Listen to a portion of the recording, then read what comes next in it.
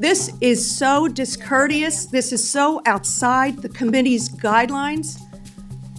Taking a personal shot at me while swiping at Biden? Very strange and very unprofessional of you.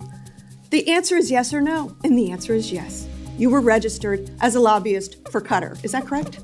Yes. Never mind. Don't answer. What began as a routine hearing quickly spiraled into a direct assault on Pam Bondi's credibility. She wasn't just answering questions, she was being cornered at every turn. Each evasive response and buried detail only fueled deeper suspicion about where her true loyalties lie. This wasn't simply about missing ethics disclosures. It was about power, influence, and the hidden deals Pam Bondi is fighting to keep out of sight. Under oath, she faced relentless scrutiny over undisclosed ties, questionable stock trades, and her role during Trump's most turbulent years. And when Mr. Morelli began his questioning, the entire hearing erupted into chaos.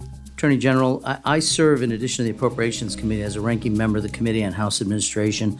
I sent you a letter last week along with my Republican counterpart, Chairman Brian Stile, requesting an increase in federal prosecutory resources to address threats against members of Congress, particularly in light of what happened last week in Minnesota, that tragedy. In 2024, the U.S. Capitol Police identified and received nearly 9,500 concerning statements or threats against members. Federal prosecutors have only secured 8 convictions so far, and the heightened threat environment demands an all-hands-on-deck approach. Will you commit to assigning an assistant U.S. attorney or a special assistant U.S. attorney in each of the 94 federal districts to, at least on a part-time basis, investigate and prosecute threats against members of Congress? So thank you for bringing that up, and I take that very seriously. Not only what happened in Minnesota was horrible. I've spoken to Keith Ellison. I've spoken to Amy Klobuchar about that.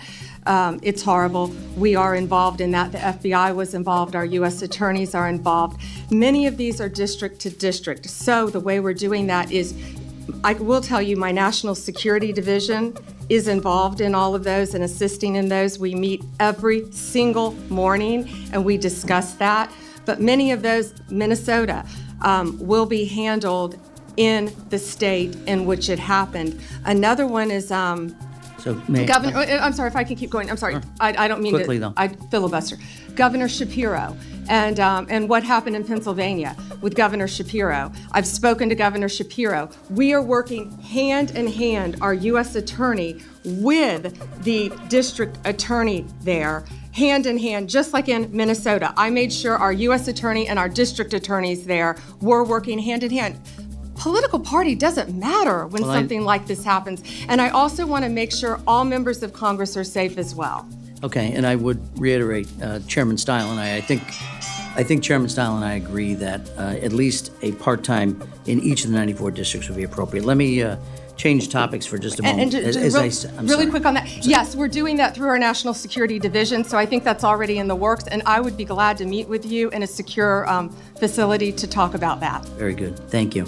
Continuing, in addition to my role here, the committee that I serve on as an authorizer oversees Capitol security as well as federal elections, so I'm closely following the aftermath of January 6th. Recently, several defendants who received presidential pardons related to that day are now arguing in court that the pardon covers crimes like, for instance, illegal firearm possession discovered in a search of an individual's home in California months after January 6th.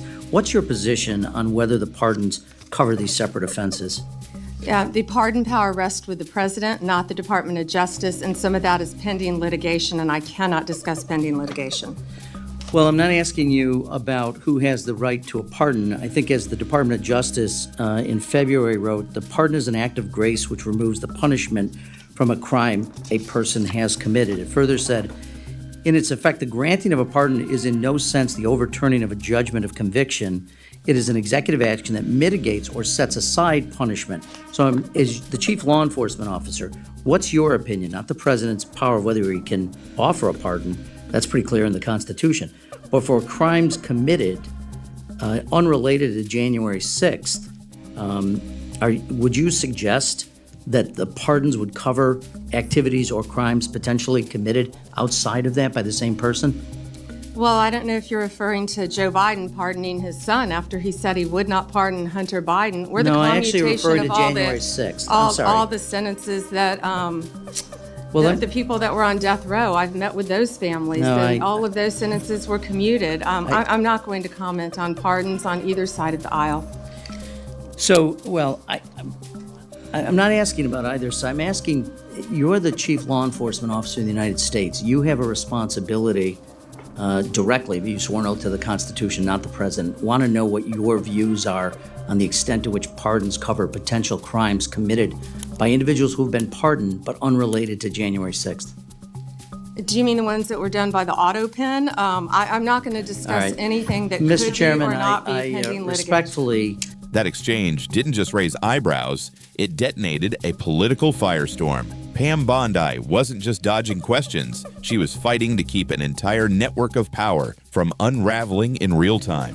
Her refusal to give a straight answer on the January 6th pardons wasn't confusion, it was calculated damage control. And then came the bombshell. Under pressure, she was forced to admit her lobbying ties to Qatar, a detail she failed to disclose during her Senate confirmation. That omission wasn't just sloppy. It raised serious questions about hidden influence and conflicts of interest inside Trump's inner circle. What this hearing revealed is bigger than one official. It points to a pattern: power, profit, and political favors traded in the shadows. Every evasive answer only pulled Pam Bondi deeper into a web she's desperate to escape. And what comes next isn't just shocking. It's the moment everything begins to unravel. The three hallmarks of this administration are incompetence, corruption, and cruelty. I'm going to focus today on corruption. And in my mind, there are two types of corruption: personal, and then the other I'm going to call public, governmental. Attorney General, have you ever been registered as an agent of a foreign principal under the Foreign Agents Registration Act? I assume you're talking about when I represented the country of Qatar for a very short time. The answer Hold is on. yes. No, Hold on. excuse me. No. No. For anti-human trafficking for the World Cup.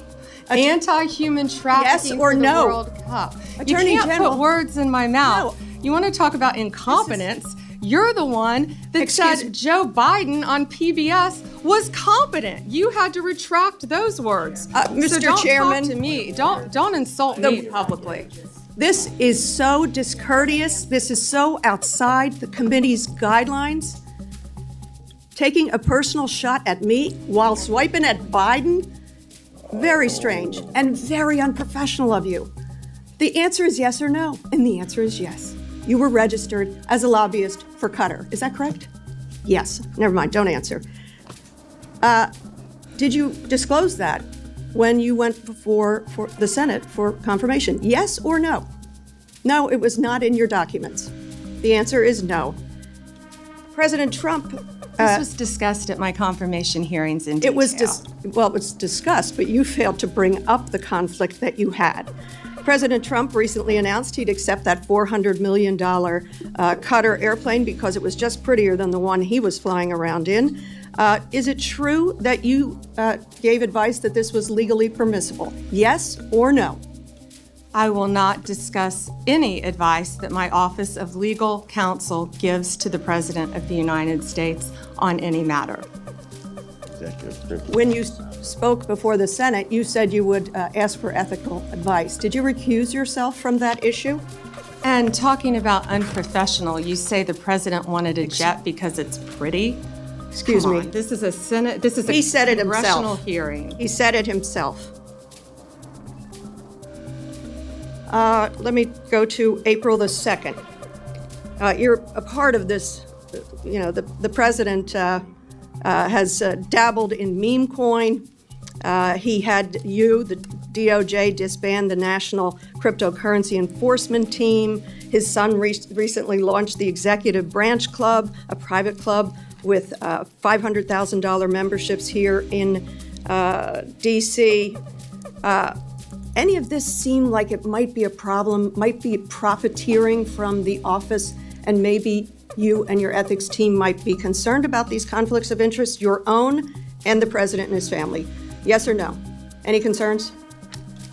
What I would be concerned about in Pennsylvania are all the child sex cases that we've prosecuted, all the CSAM cases that we've prosecuted. Did you hear in my question? Pennsylvania. I That's asked what the I would witness be to concerned actually about. answer questions that are asked. Congresswoman Dean. Chairman, Please let the witness answer the question.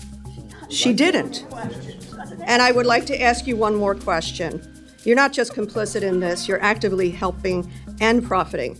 Isn't it true that on April the 2nd, the same day that Trump announced his chaotic tariff regime that plummeted the stock market, you sold more than $1 million worth of your shares in Trump Media stock?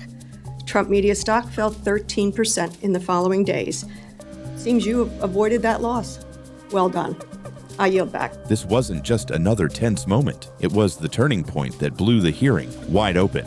What came next flipped everything on its head. Lawmakers dropped a bombshell on Pam Bondi, confronting her with evidence that she secretly unloaded a massive chunk of Trump Media stock the same day. Trump's chaotic tariff announcement sent markets spiraling, and while the stock tanked, Bondi walked away untouched. But that was just the beginning. Questions exploded over Trump's sudden crypto crackdown, his son's secretive membership club, and shadowy financial moves. Every dodge from Bondi only screamed louder. Powerful forces are pulling the strings.